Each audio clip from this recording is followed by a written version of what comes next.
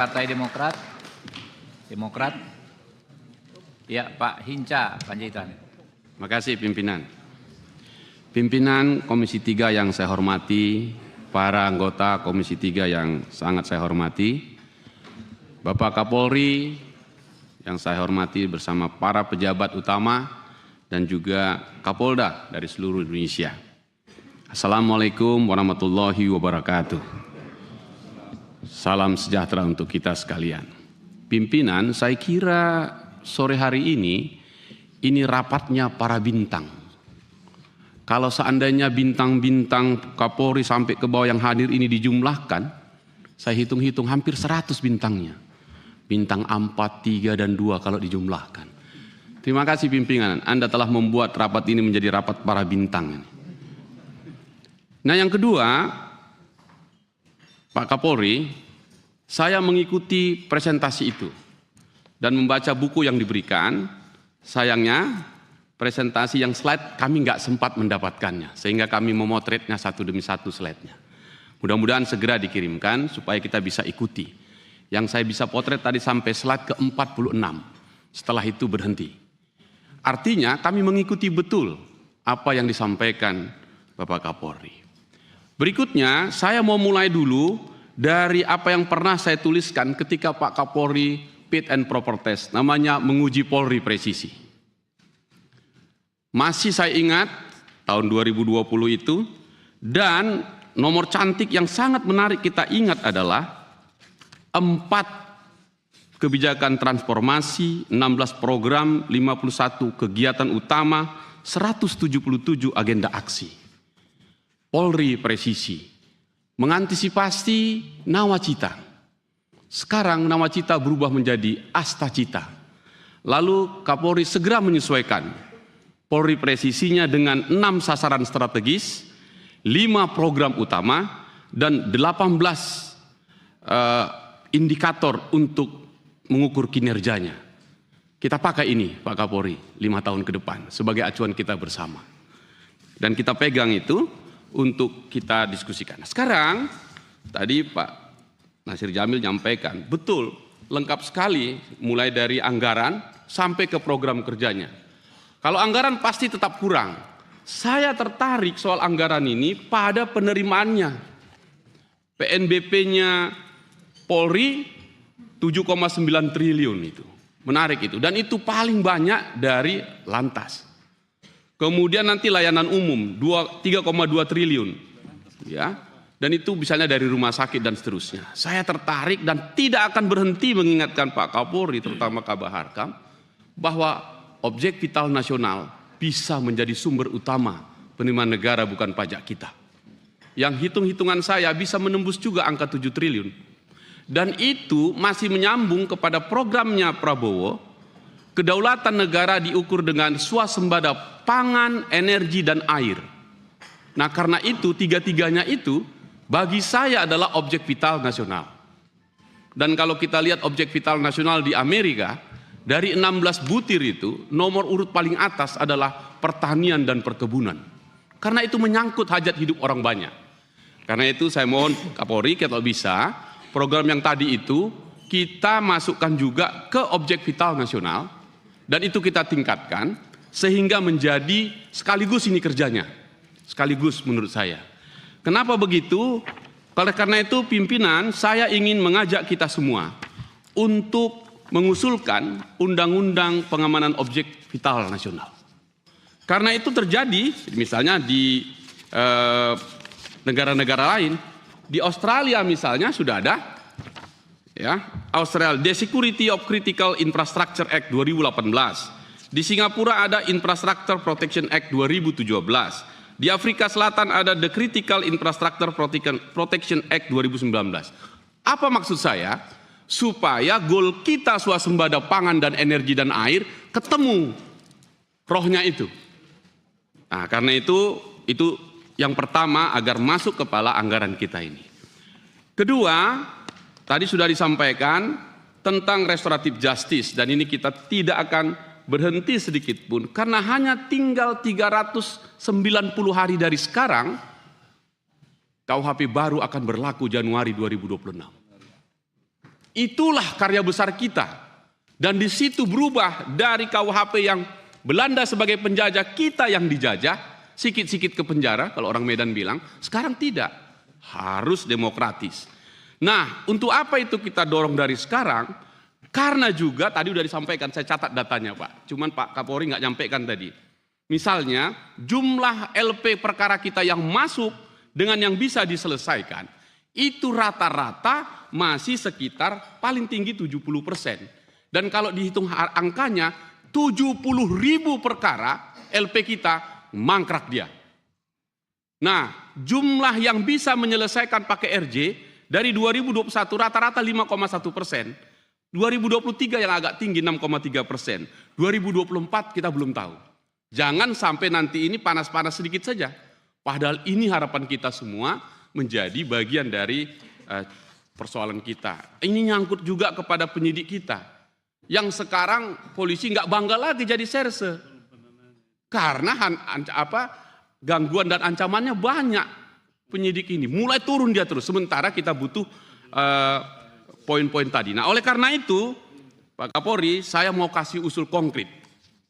Saya minta hari ini pimpinan mengusulkan sekaligus agar dari 34 Polda kita bagi 3, ada 3 Polda, 1 di timur, 1 di tengah, 1 di barat, Polda percontohan restoratif justice. Saya usul yang pertama Jawa Timur. Kenapa Jawa Timur? Karena jumlah perkara di sana tahun 2022 misalnya 51.000 sekian kasus. Itu tertinggi nomor 1, narkobanya 5.000 sekian dan seterusnya. Menarik kenapa diusulkan? Karena di sana Pemprovnya sudah mempunyai program rumah restoratif justice sekolah. Yang nomor 2 ke timur, saya ingin mengusulkan Sulawesi Selatan. Minta maaf ini kawan-kawan dari Sulawesi Selatan. Ya, karena perkara di sana memang peringkat 6, 28.000 sekian, tetapi Sulawesi Selatan menawarkan banyak kearifan lokal. Dia tidak hanya soal-soal tradisi yang kaku, tapi juga suasana kebatinan yang berkembang dari rahim budaya lokal di Sulawesi Selatan. Jadi saya mengusulkan di situ. Di sebelah barat tentu saya mengusulkan di kampung saya, di Sumatera Utara. Karena kami punya kearifan lokal di sana, dan ini sudah 5 tahun kita kerjakan, bahkan kita praktekkan restoratif justice massal. Ada 4 polsek di Simalungun yang bisa 0 langsung Pak Kapolri, karena bisa diselesaikan. Terima kasih teman-teman Polda Sumatera Utara. Jadi itu kita buat percontohan dengan melibatkan, tadi sudah disampaikan Pak Kapolri, setuju saya, kepala daerah, mulai dari gubernur, bupati, camat sampai desa. Karena sesungguhnya gubernur punya tanggung jawab terhadap rakyatnya. Kalau ini kita gabungkan dengan kawan-kawan masyarakat, kawan polisi, itu seperti menyediakan pertanian.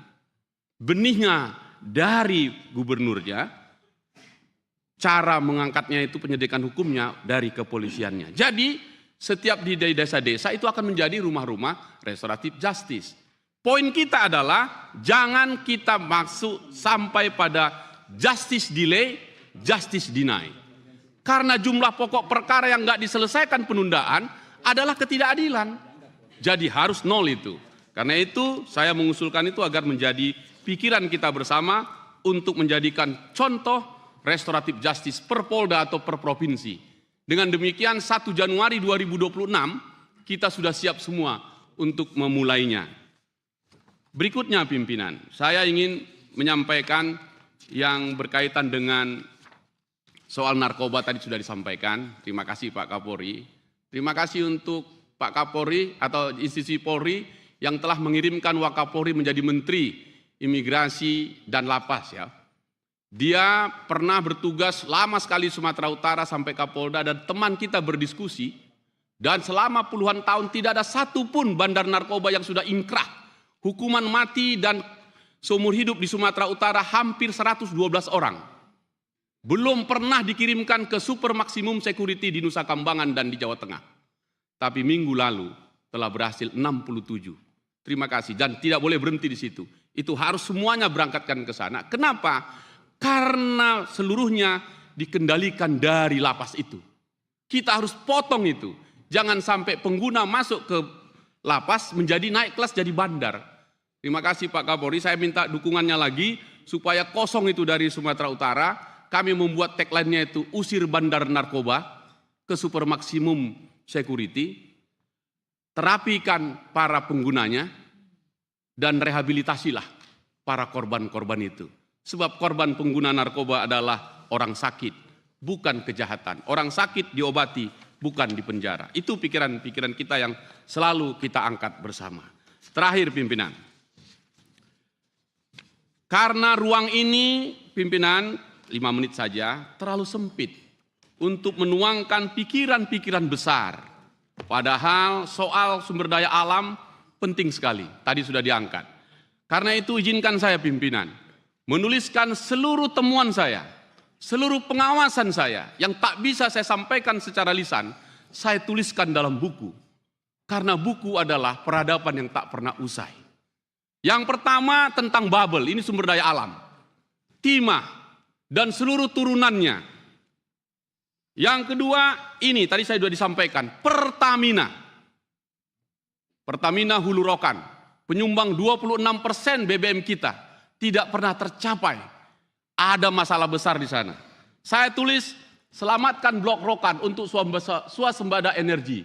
Jangan karena geomembran setitik rusak Pertamina sebelanga. Karena itu izin pimpinan, saya serahkan buku-buku ini untuk beliau. Sebagai bahan bagi timnya semua menjalankan ini. Jumlah bukunya cukup banyak. Minta maaf Mas Bambang Susatyo, karena saya masih di bawahmu jumlahnya. Ada juga tentang restoratif justice, ada tentang narkoba, ada tentang the trust police, dan ada juga tentang keadilan yang belum terkubur. Izin pimpinan, saya serahkan ini, 5 menit sudah saya gunakan, 30 detik saya sampaikan ke depan. Untuk pimpinan saya susulkan. Tapi nggak dijualkan ke Pak Kapolri kan? Gratis ya?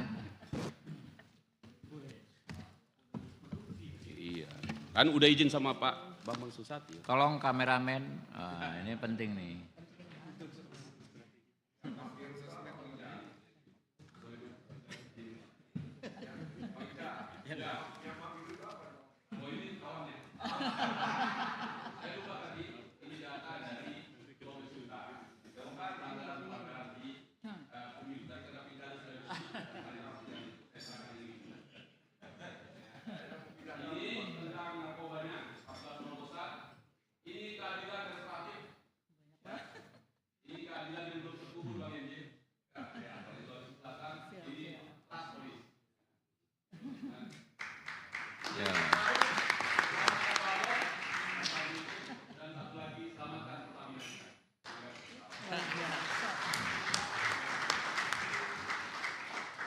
Oke, terima kasih Pak Hinca Panjaitan. Berikutnya ada sedikit nih, ada pengarahan khusus dari Big Boss-nya Komisi 3, Sri Kandi satu-satunya Pak Kapolri. Nah, jarang-jarang kita punya pimpinan perempuan di Komisi 3, Ibu Sari Juliati. Silakan.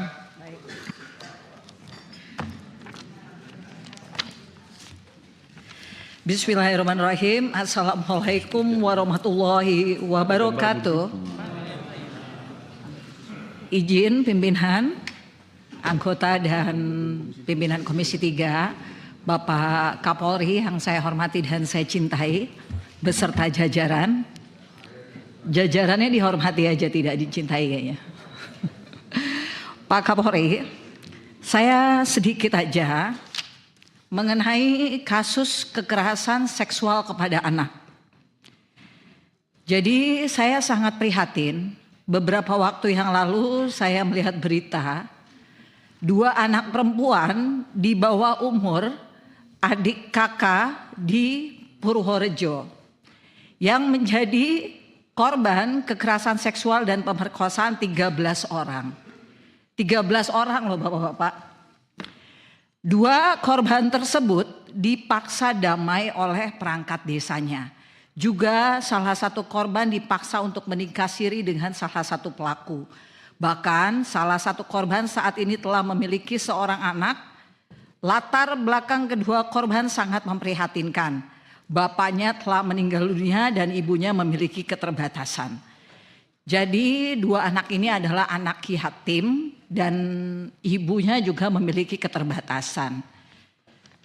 disebutkan bahwa dipaksa damai oleh perangkat desa. Perangkat desanya ini juga harus dicek ini Pak Kapolri. Orang sudah diruda paksa, dipaksa damai pula. Cemana ya? Orang diperkosa, dipaksa damai. Itu saya keberatan Bapak Kapolri. Jadi bukan hanya pelaku, tetapi semua perangkat desa yang memaksa damai, apalagi memaksa kawin siri. Coba Bapak Kapolri cek deh. Kawin siri itu bukan menyelesaikan masalah. Itu persoalan baru. Pernikahan tidak bisa dibuat asal-asalan seperti itu. Jadi persoalannya bukan menikahkan, tetapi pelakunya harus dihukum seberat-beratnya dan korban harus mendapatkan keadilan yang seadil-adilnya.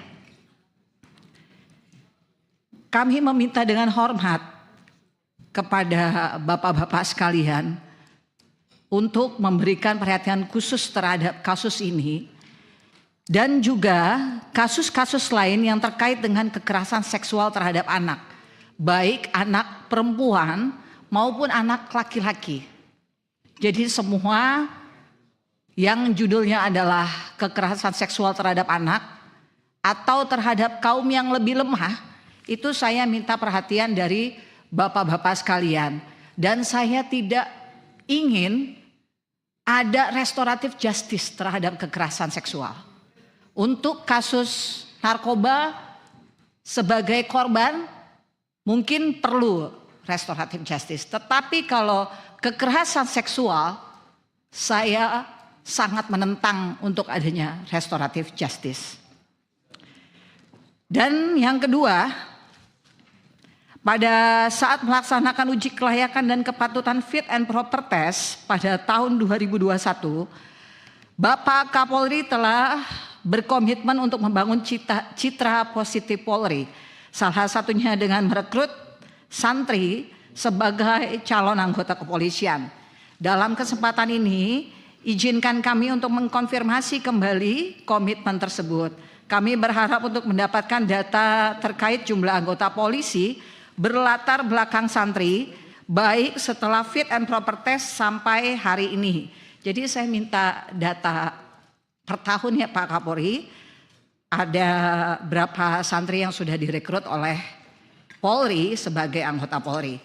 Hal ini penting untuk kami soroti, mengingat potensi besar pondok pesantren dan jumlah santri di Indonesia sangat signifikan. Berdasarkan data Kementerian Agama tahun 2022, terdapat sebanyak 36.000 pondok pesantren di seluruh Indonesia dengan jumlah santri mencapai 3,4 juta jiwa. Jika dilihat dari distribusi wilayah, izin Pak Kapolri, salah satunya di Nusa Tenggara Barat, jumlah santri itu sangat banyak. Lebih dari 250.000 santri berdasarkan data Kementerian Agama. Data ini menunjukkan bahwa komitmen yang pernah disampaikan Bapak Kapolri mendapatkan dukungan dari segi kuantitas. Jadi Bapak Kapolri punya komitmen, santrinya juga berdasarkan kuantitas sangat banyak, sehingga yang dibutuhkan saat ini adalah pelaksanaan konkret dari komitmen tersebut oleh Polri. Kami juga berharap adanya kerjasama yang erat antara institusi Polri dengan pondok pesantren untuk mendukung pelaksanaan program ini. Jadi saya berharap ada program-program Polri masuk ke pesantren-pesantren untuk mengguiding agar para santri itu siap ketika ada perekrutan anggota Polri. Kerjasama tersebut dapat diwujudkan dalam bentuk program perekrutan khusus santri menjadi anggota polisi. Oleh karena itu kami dengan hormat meminta kepada Bapak Kapolri untuk menambahkan kuota khusus bagi santri baik di NTB maupun di daerah lain yang memiliki potensi serupa guna memperkuat pelaksanaan komitmen ini. Mungkin itu saja dari saya pimpinan. Terima kasih. Waalaikumsalam warahmatullahi wabarakatuh. Sedikit tambahan dari Pimpinan, daftar pimpinan. Ya, sebentar.